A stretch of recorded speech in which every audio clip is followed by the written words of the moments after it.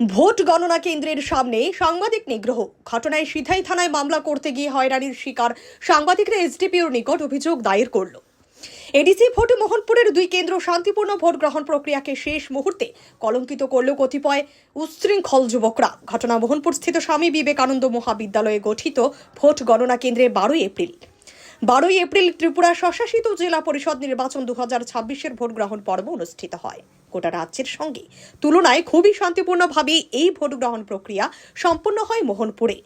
Vote গ্রহণ শেষে যখন নির্বাচনী কর্মীরা গণনা কেন্দ্রে ইভিএম জমা করতে আসে, তখন মোহনপুর মহকুমায় কর্তব্যরত সাংবাদিক রাজারাম ঘোষ পেশাগত দায়িত্ব সংবাদ সংগ্রহ করতে গেলে তাকে দেখে উপস্থিত কতিপয় উচ্ছৃঙ্খল যুবকরা তাকে শারীরিকভাবে হেনস্থা করে এবং নির্বাচন দপ্তর প্রদত্ত অনুমতিপত্র ছিঁড়ে ফেলে তার থেকে ছিনিয়ে নিয়ে এবং তার সরকার অনুমোদিত সংবাদ মাধ্যমের আইডি কার্ড ভেঙে ফেলে। ঘটনার প্রতিবাদে সোমবার যখন সাংবাদিক রাজারাম ঘোষ মোহনপুর মহকুমায় কর্তব্যরত সাংবাদিকদের সাথে নিয়ে উক্ত ঘটনাকে কেন্দ্র করে অভিযুক্তদের বিরুদ্ধে উপযুক্ত ব্যবস্থা গ্রহণের দাবিতে সিধাই থানায় অভিযোগ দায়ের করতে যায়, তখন সাংবাদিকদের তরফে যে অভিযোগ করা হয় সেই অভিযোগপত্র গ্রহণ করার জন্য কেউ ছিল না সিধাই থানায়।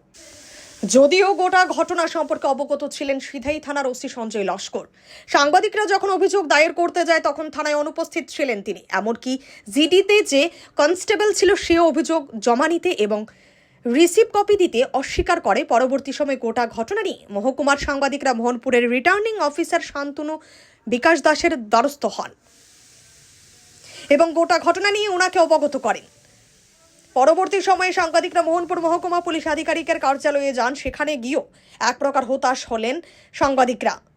পরবর্তী সময়ে আসেন এসডিপিও মোহনপুর আশিস দাশগুপ্ত এবং তিনি গোটা ঘটনা সম্পর্কে অবগত হন, পাশাপাশি অভিযোগ গ্রহণ করেন এবং রিসিভ কপি প্রদান করে আশ্বস্ত করেন যে তিনি এই ঘটনা নিয়ে তদন্ত করবেন। এই ঘটনাকে কেন্দ্র করে মোহনপুর মহকুমায় কর্তব্যরত সাংবাদিকরা এবং সাংবাদিকদের বিভিন্ন সংগঠন তীব্র নিন্দা জানান এবং এসডিপিও মোহনপুর আশিস দাশগুপ্তের নিকট অভিযোগের বিষয়ে দ্রুত পদক্ষেপ গ্রহণ করার দাবি জানান।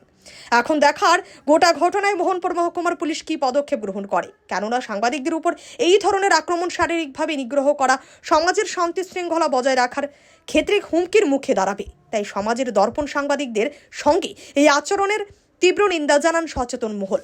ওসি সঞ্জয় লস্কর সিধাই থানার ভূমিকা এবং নির্বাচনী নিরাপত্তার গাফিলতির ঘটনায় ক্ষোভ প্রকাশ করেন সাংবাদিকরা। দেখুন, গতকালকে মোহনপুর মহকুমা এলাকাতে যে দুটি কেন্দ্রে নির্বাচন হয়েছে, সেখানে ইভিএম জমা কেন্দ্রে আমাদের সাংবাদিক রাজারাম ঘোষ সন্ধ্যায় সংবাদ সংগ্রহ করতে যায়। সেখানে কতিপয় দুষ্কৃতী তাকে অত্যন্ত বাজেভাবে তাকে হেনস্থা করে, তার আই কার্ড ছিঁড়ে ফেলে এবং তার মোবাইল ছিনতাই করার চেষ্টা করে।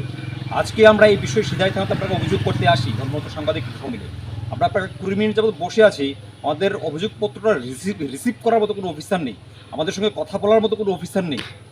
সেক্ষেত্রে আমরা যখন লাস্ট জিজ্ঞেস করলাম আপনারা কি রিসিভ করবেন কি করবেন না, ওনারা রিসিভ দিতে আমাদের অস্বীকার করছেন। আমাদের সাংবাদিক একজন আক্রান্ত হয়েছেন, পুলিশের কাছে অভিযোগ করতে গেলাম সিধাই থানাতে, আমরা আমাদের অভিযোগপত্রটা গ্রহণ করার মতো কোনো অফিসার নেই। তো এই যদি হয় আমাদের প্রশাসনিক ব্যবস্থা, পুলিশের পরিকাঠামো, তাহলে আমরা বিচারটা কোথায় পাবো সেটা এখন প্রশ্ন।